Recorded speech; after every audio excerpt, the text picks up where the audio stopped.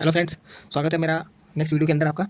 और पिछले वीडियो के अंदर हमने है ना जो कुछ क्वेश्चंस किए थे, उस क्वेश्चंस के अंदर हमने देखे थे कि है ना 6 डिजिट को इकाई अंक के अंदर कैसे ढूंढा जाता है, या फिर है ना कुछ ऐसे क्वेश्चन देखे थे जिसके अंदर ग्रेटर देन और स्मॉलर देन के बारे में सीखा था।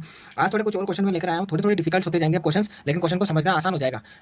एक बात और है, फॉर्मुलेज हैं जो मैं लिखवा रहा हूँ, भले वो चैप्टर से रिलेटेड है, अलग अलग चैप्टर से रिलेटेड है, लेकिन क्या है नंबर लाइन के अंदर है ना पढ़ने के लिए नंबर पद्धति का अगर चैप्टर हम पढ़ रहे हैं तो नंबर पद्धति के अंदर देखो किसी भी टाइप का क्वेश्चन बन सकता है। इसमें कुछ परसेंटेज के क्वेश्चन भी बन सकते हैं, कुछ कुछ है ना आगे जाके एवरेज के क्वेश्चन भी बन सकते हैं, ट्रिग्नोमेट्रिक पेयर भी बन सकते हैं, क्योंकि नंबर सिस्टम का पेयर आ रहा है, क्योंकि नंबर सिस्टम में सभी नंबर इक्वल होते हैं।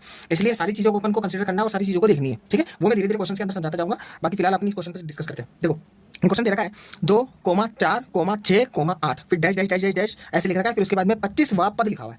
अब यहाँ पे यही चीज़ समझनी कि ये क्वेश्चन बोलना क्या चाह रहा है। मुझे ये बोलना ही चाह रहा है क्वेश्चन इनडायरेक्टली। आपने ना 10th क्लास के अंदर, 9th और 10th क्लास के अंदर, 10th क्लास के अंदर एक चैप्टर आया था समांतर श्रेणी। समांतर श्रेणी जिसे अर्थमेटिक प्रोग्रेशन बोलते हैं। समांतर श्रेणी का मतलब ये होता है कि कोई नंबर उसी का मल्टीपल आगे चलता जा रहा है। मल्टीपल का मतलब ये होगा कि वह संख्या उसी से है ना एक बार, दो बार, तीन बार, चार बार, पांच बार ऐसे गुना हो रही है। कैसे? दो का पारा बोलूँ, दो का पारा 2 एकम 2, 2 दूनी 4, फिर उसके बाद में 2 थिया 6, फिर उसके बाद में 8, फिर उसके बाद में 10, फिर उसके बाद में 12, ये ऐसे चलता जाएगा। चलो ठीक है, हम 2 का पारा को 20 तक तो समझ सकते हैं, ये 2 के पारे में 20 आता है। हम ये भी समझ सकते हैं 2 के पारे में 40 आता है, हम 2 के पारे में 60 आता है, हम ये भी समझ सकते हैं, क्योंकि ये आसान है। लेकिन मुझे सीधा ही आपके सामने एक स्टेज रख दे और सीधा बोलूं मैं 25वां पद बताओ आप लोग, मतलब 25वें नंबर पे कौन सा नंबर आएगा ये बताना है। क्योंकि देखो पहले नंबर पे ये, दूसरे नंबर पे, तीसरे नंबर पे, चौथे नंबर पे, ऐसे मेरे को बताना है सीधे 25वें नंबर पे क्या है। तो ऐसी कंडीशन के अंदर अगर फंसना, क्योंकि अभी 25वां तो भले आसान लग रहा है, लेकिन मान लो वो 125वां पद बोल दे तो, आप 225वां पद बोल दे तो, तब क्या अपन ये दुखा बड़ा बोलते जाएंगे और अपन कंडीशन समझते जाएंगे? नहीं, अपने पास में एक फॉर्मुला होता है, उस फॉर्मुले को अपन को समझना है। बेसिक सा फॉर्मुला है, एक बार मतलब रिवाइज करा रहा हूं मैं वापस से, क्योंकि 10th क्लास के अंदर आपने वो फॉर्मुला देखा होगा, फिर भी मैं जितना हो सकेगा मैं उसको यहाँ पे अच्छे ढंग से समझाने की कोशिश करूंगा। देखो सीधा एक फॉर्मुला है समांतर श्रेणी का, यानी अर्थमेटिक प्रोग्रेशन का। प्रोग्रेशन का फॉर्मुला ये बोलता है कि अपने पास में ए एन बराबर है अपने पास में, उसके बाद में ए प्लस ब्रैकेट के अंदर एन माइनस 1 और उसके बाद में डी। अब क्वेश्चन ए एन क्या है, ए क्या है, एन क्या है, डी क्या है, सीधा ये समझना है। तो मैं यहाँ पे लिख देता हूँ सबके बारे में डिटेल में, ठीक है। देखो ए एन क्या है, ए एन का मतलब हो गया अंतिम संख्या, अंतिम संख्या, अंतिम और उसके बाद में संख्या। अंतिम संख्या का मतलब सबसे आखिरी भी संख्या, ठीक है। उसके बाद फिर नेक्स्ट है उसके बाद में ए जो हो गया अपने पास में प्रथम संख्या, ठीक है। फिर उसके बाद में आता है एन, एन हो गया अपने पास में संख्या, यानी टोटल अपने पास में पदों की संख्या। एन बराबर में हो गया अपने पास में पदों की संख्या, पदों की संख्या। पद का मतलब कितने संख्याएं हैं, मतलब कितने नंबर्स दे रखे, तो 1 2 3 4, इसको मैं पद से रिलेटेड कर रहा हूँ। और उसके बाद में आता है डी, डी का मतलब होता है अंतर, या फिर मैं इसको इसी की भाषा में बोलूँ तो सार्वंतर, सार्वंतर है ना, डिफरेंस। एक तरह से इसको मैं इंडायरेक्टली कहूँ तो ये डिफरेंस है, ठीक है। ये चार चीजें हैं। ए एन का मतलब होता है अपने पास में अंतिम संख्या, ए का मतलब होता है प्रथम संख्या, एन का मतलब पदों की संख्या, और डी का मतलब सार्वंतर यानी डिफरेंस है। अब यहाँ पे पहला क्वेश्चन आता है कि सार्वंतर कैसे निकालेंगे। चलो ए एन, ए और एन तो अपन को डायरेक्ट समझ में आ गया। सार्वंतर का मतलब किसका अंतर निकालना है, इनडायरेक्टली अंतर निकलेगा।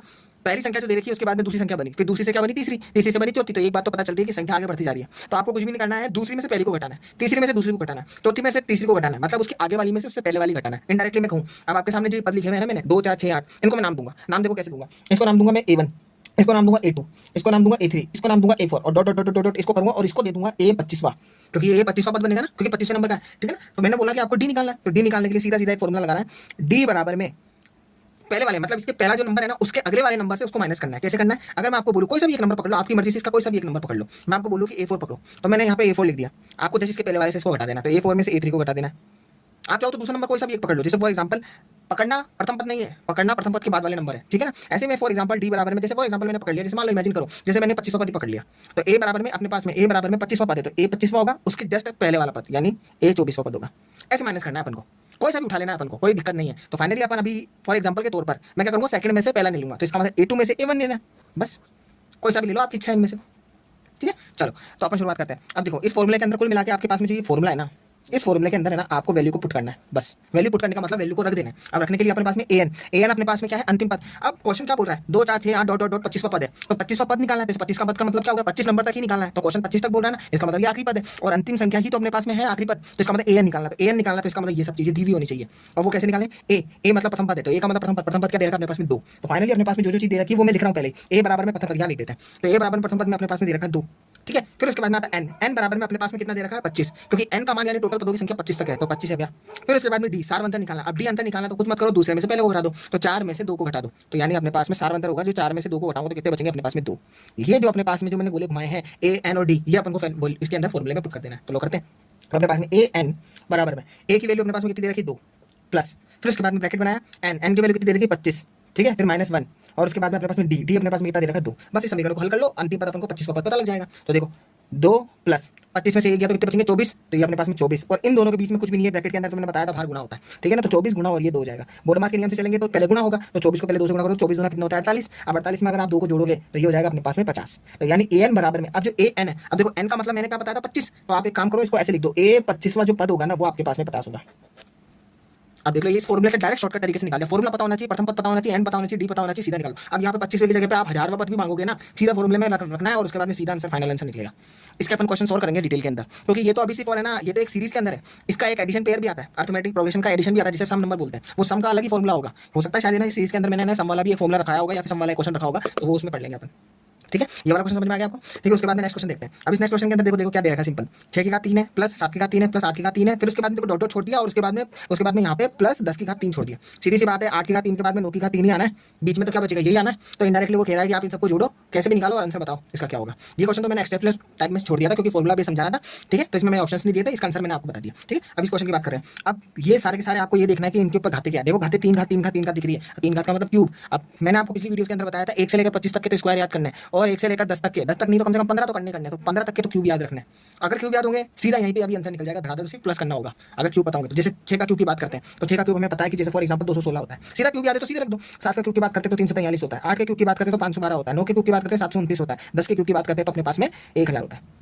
अभी सीधा अपन को क्यूब पता है ना, तो सीधे लिख दिया, अब इनको जोड़ना ही तो है। तो पीछे के नंबर को पीछे के नंबर से, पीछे के नंबर से, पीछे के नंबर से जोड़ना शुरू करो। कैसे जोड़ना शुरू करोगे, 6 और 3 हो गए 9, 9 और 2 हो गए 11, 11 और 9 हो गए अपने पास में 20, और 20 के बाद में 0 जोड़ेंगे तो 20 ही जुड़ेंगे, तो इसका मतलब 0 आ गया। और उसके बाद में 2 यहाँ पे लग गया, 2 इस दूसरी संख्या पे लग गया।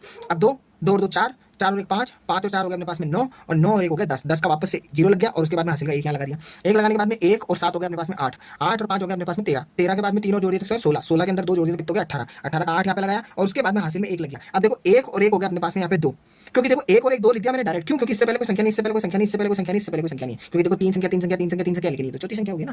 तो अपने पास में 2800 ये अपने पास में आंसर आया। अब आप यहाँ से ऑप्शन को मैच कराओगे तो 2800 ये अपने पास में ऑप्शन, ठीक है। क्यों पता थे इसलिए फटाफट से अपन ने जल्दी सॉल्व कर लिया। और वही अपन ने कोई लाइन का पेयर नहीं बनाया, ऐसे यू लाइन खड़ी करके बनाई और अपन ने जोड़ना शुरू करना, नहीं, अपन को शॉर्टकट तरीके से जोड़ना है। अगर फास्टली क्वेश्चन को आंसर को सॉल्व करना है, फटाफट 60 सेकंड से पहले सॉल्व करना है, तो यही पेयर इस्तेमाल करना पड़ेगा, ठीक है। अब जैसे अपने पास में एक नेक्स्ट क्वेश्चन है, इस क्वेश्चन को देखो, देखो इस क्वेश्चन के अंदर क्या करना है, 2 की घात 5 है गुणा 25 का स्क्वायर है इंटू 3 की घात 7 है कि गुणन का इकाई अंक क्या होगा, वही इकाई अंक पूछ लिया। उन्होंने बोला कि आप कुछ भी सॉल्व करो, इसको कैसे भी सॉल्व करो, लास्ट में जो नंबर होगा ना वो बताओ इनमें से कौन सा है, ठीक है। ऑप्शन के अकॉर्डिंग कुछ क्वेश्चन ऐसे होते हैं जो ऑप्शन को देख के सॉल्व करने होते हैं। अब यहाँ पे तो अपन चलो छोटी संख्या है इसलिए आसानी से सॉल्व कर लेंगे। देखो कैसे, 2 की घात 5 है, 5 का स्क्वायर है, और उसके बाद में 3 की घात 7 है। तो देखो एक कंडीशन तो ये होती है, या तो आप नीचे की संख्या को कॉमन कर दो, एक कंडीशन होती है या तो ऊपर की घातों को कॉमन कर दो, और एक कंडीशन होती है कि सीधा सॉल्व भी कर दो।